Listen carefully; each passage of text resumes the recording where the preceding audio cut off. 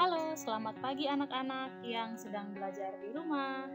Hari ini kita akan lanjutkan materi kita di tema 7, subtema 2, pembelajaran 4 sampai 6. Mari kita belajar ilmu pengetahuan alam tentang energi listrik. Benda terdiri atas bagian-bagian yang lebih kecil. Bagian suatu benda sering disebut partikel. Bagian terkecil dari suatu benda yang tidak dapat dibagi lagi disebut atom. Pada bagian atom inilah terjadi listrik.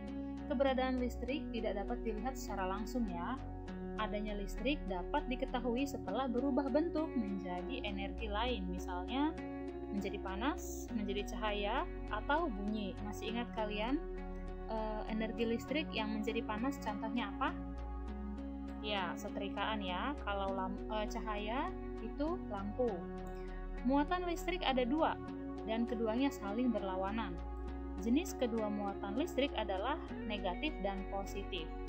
Untuk yang negatif disebut elektron, dan yang positif disebut proton.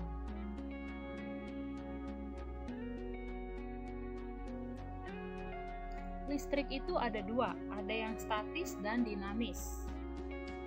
Coba kalian sentuh rambut kalian dengan penggaris yang sudah digosok ke kain.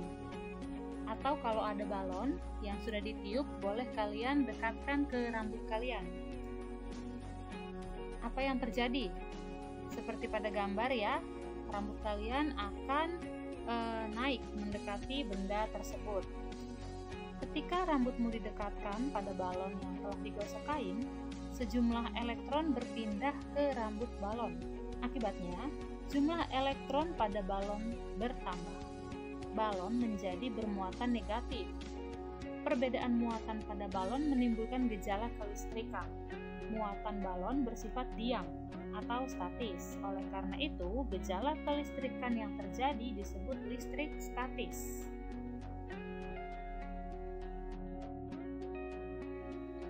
Lalu apa yang dimaksud dengan listrik dinamis? Listrik dinamis adalah listrik yang bisa bergerak. Kalau tadi statis itu diam, dinamis itu bisa bergerak. Cara menghitung kuat arus pada listrik dinamis adalah membagi muatan listrik dengan waktu. Satuan muatan listrik disebut coulomb dan satuan waktunya adalah detik. Contoh listrik dinamis yaitu mainan anak-anak. Mobil listrik yang menggunakan baterai sebagai sumber energinya akan bergerak jika saklarnya dihidupkan. Hal ini terjadi karena ada perpindahan aliran listrik dari baterai ke motor listrik yang membuat roda akan berputar atau bergerak. Nah, ini adalah contoh listrik dinamis.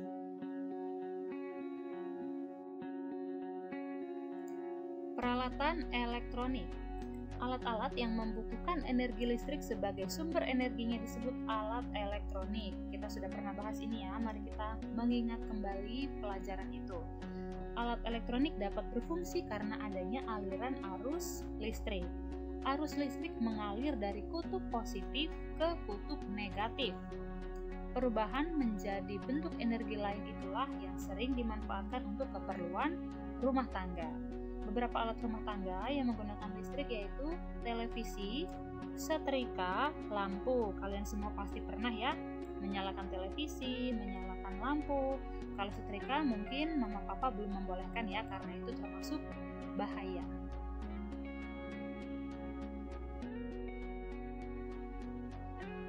Sumber energi listrik. Dari mana saja sih sumber energi listrik ini? Benda yang dapat menghasilkan energi disebut sumber energi. Oleh karena itu, benda penghasil energi listrik disebut sumber energi listrik. Contohnya, baterai, aki atau accumulator, dinamo, dan generator. Yang pertama, baterai. Kalian semua pernah lihat atau memakai baterai ya. Baterai disebut elemen kering karena di dalamnya terdiri atas bahan-bahan kimia kering. Di dalamnya terdapat batang karbon yang berfungsi sebagai kutub positif. Adapun pembungkus seng berfungsi sebagai kutub negatif. Biasanya ada di bawah baterai ya. Bagian bawah baterai maksudnya. Pada saat digunakan di dalam baterai terjadi perubahan energi kimia menjadi energi listrik. Pada saat tidak dapat digunakan, maka baterai tersebut disebut elemen primer. Cara menggunakan baterai sangat mudah. Jika kedua kutubnya dihubungkan ke sebuah rangkaian, baterai akan mengalirkan arus listrik.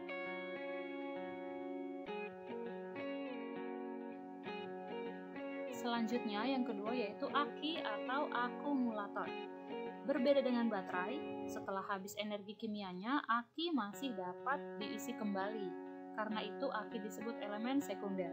Pada saat aki digunakan, terjadi perubahan kimia menjadi listrik. Sebaliknya, pada saat aki diisi ulang, terjadi perubahan energi listrik menjadi energi kimia.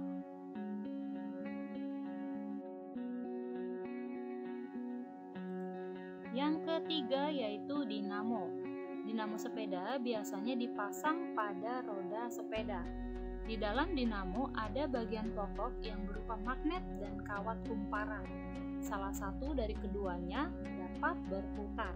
Bagian yang berputar disebut rotor, sedangkan yang diam disebut stator. Bagian rotor dihubungkan ke bagian roda. Jika roda berputar, rotor juga akan berputar. Yang keempat yaitu generator, sumber energi listrik dan dalam ukuran besar disebut mesin pembangkit listrik atau generator.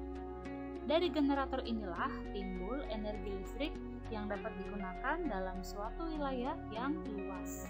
Jadi kalau misalnya ada mati lampu, tapi ternyata ada rumah atau toko yang masih nyala lampunya, kemungkinan besar mereka punya generator yang bisa tetap menghasilkan listrik.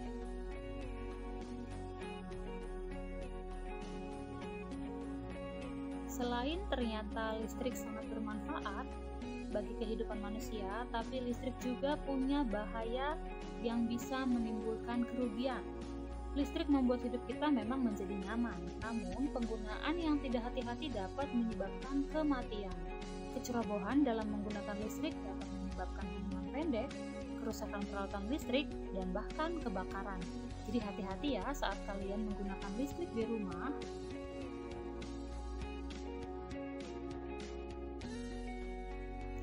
Sekarang mari kita beralih ke SBDP, Seni Budaya dan Prakarya, tentang pola lantai tari. Pola lantai adalah pola denah yang dilakukan oleh seorang penari dalam perpindahan, pergerakan, dan pergeseran posisi dalam sebuah ruang atau space untuk menari. Pola lantai ini merupakan teknik blocking atau penguasaan panggung seorang penari. Pola lantai berfungsi untuk membuat posisi dalam sebuah ruang gerak. Beberapa pola lantai pada tarian antara lain ada pola lantai vertikal lurus, jadi memanjang ya.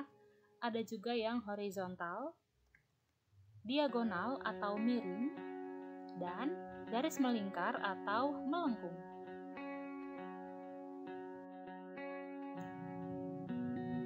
Pola lantai dibuat untuk memperindah pertunjukan karya tari. Dalam pembuatan pola lantai harus memperhatikan beberapa hal, yaitu bentuk pola lantai, makna pola lantai, jumlah penari, tempat pertunjukan, dan gerak tari. Penampilan gerak tari tidak lepas dari desain garis dan desain pola lantai. Ada dua jenis desain garis, yaitu garis lurus dan garis lengkung.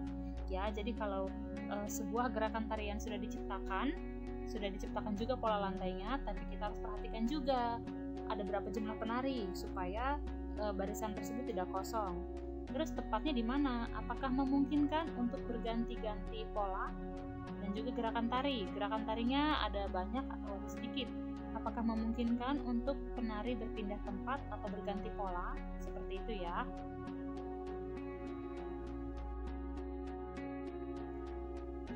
Berikut ini ada beberapa desain garis pada tarian, gerakan tari. Yang pertama, desain garis lurus memberikan kesan lembut tapi lemah. Desain garis mendatar memberikan kesan istirahat. Desain garis tegak lurus memberi kesan ketenangan dan keseimbangan.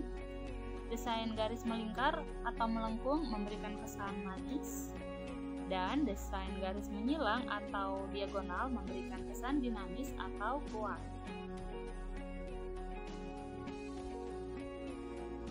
Nah, sekarang kita bahas pola lantai pada tarian daerah. Perhatikan ya, yang pertama ada tari kuda lumping. Tari kuda lumping ini berasal dari Jawa Timur. Tari kuda lumping dibawakan oleh 4 penari biasanya ya. Tarian ini menggunakan properti yang berupa kuda kepang. Penari menggunakan kuda kepang seolah-olah sedang menunggang kuda yang sesungguhnya, sekaligus berperilaku seperti kuda.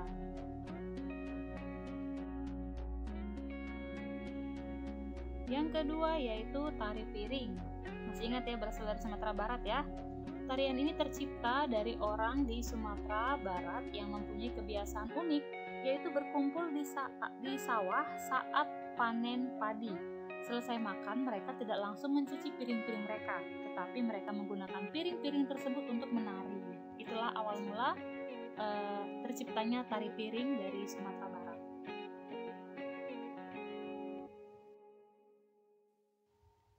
Selanjutnya ada tari pakarena atau biasanya disebut tari kipas.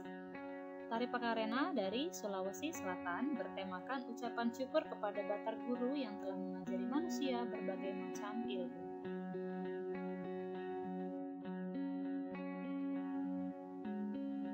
Sekarang mari kita beralih ke pelajaran IPS, mengenal beberapa rumah adat yang ada di Indonesia. Kita sudah pernah bahas ini ya waktu semester 1 yang lalu, tapi mari kita mengingat kembali dan menambah wawasan kita lagi tentang rumah adat di Indonesia. Yang pertama, rumah limas. Rumah limas merupakan rumah kayu. Dari segi arsitektur, rumah kayu itu disebut limas karena bentuk atapnya yang berupa limas. Sumatera Selatan adalah salah satu daerah yang memiliki ciri khas rumah limas sebagai rumah tinggal. Ada 2 jenis rumah limas di Sumatera Selatan, yaitu rumah limas yang dibangun dengan ketinggian lantai yang berbeda dan yang sejajar. Rumah limas yang besar melambangkan status sosial pemilik rumah. Jadi kalau rumahnya besar, berarti si pemilik rumah memiliki status sosial yang tinggi.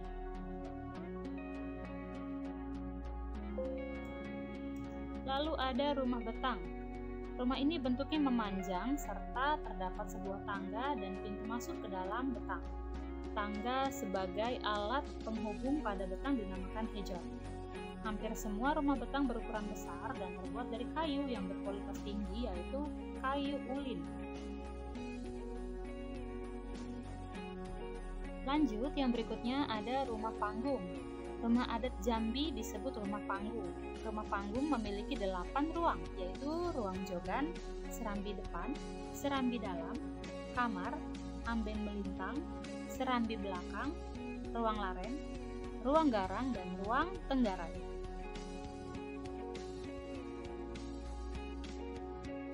Rumah rakyat. Rumah adat ini berasal dari daerah Bengkulu. Rumah ini memiliki 3 kamar, yaitu kamar untuk orang tua, kamar anak gadis, serta kamar untuk bujang. Jadi semuanya dipisah ya, tidak ada dalam satu kamar. Gapura Candi Bentar.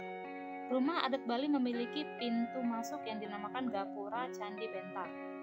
Balai Bagong merupakan tempat untuk istirahat.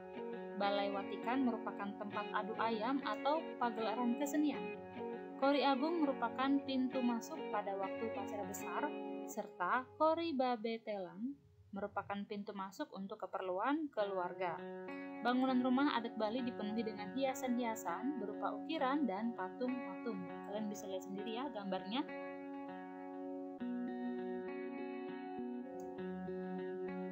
Hubungan tinggi. Rumah adat ini berasal dari daerah Kalimantan Selatan. Rumah adat ini memiliki atap yang lancip dengan sudut 45 derajat. Berbentuk segi 4 panjang dengan tambahan pada samping kanan kirinya, yaitu berupa bangunan. Selanjutnya yaitu ada rumah kebaya. Ada 2 macam rumah adat DKI Jakarta, yaitu rumah kebaya dan rumah joglo. Rumah kebaya memiliki beberapa atap yang jika dilihat dari samping terlihat berlipat-lipat seperti lipatan kebaya. Dindingnya terbuat dari panel-panel yang dapat dibuka dan digeser ke tepi.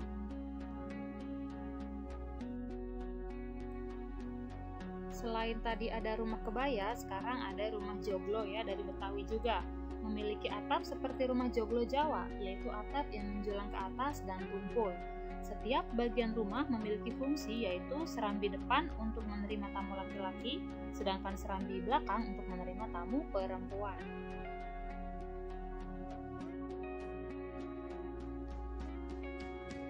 Rumah Kesepuhan Cirebon. Rumah ini merupakan rumah tradisional Jawa Barat yang terdiri atas pendopo, pringgondani, prabayasa, dan panembahan. Setiap bagiannya memiliki fungsi masing-masing yang tentunya berbeda ya.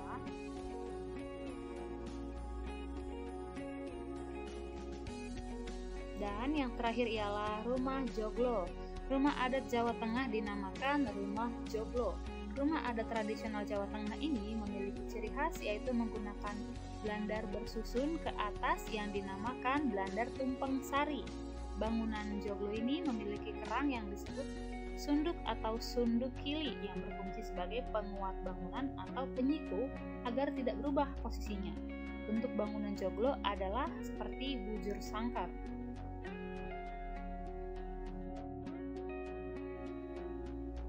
Oke, sekian materi kita hari ini. Terima kasih yang sudah menonton dari awal sampai habis. Perhatikan baik-baik video ini ya.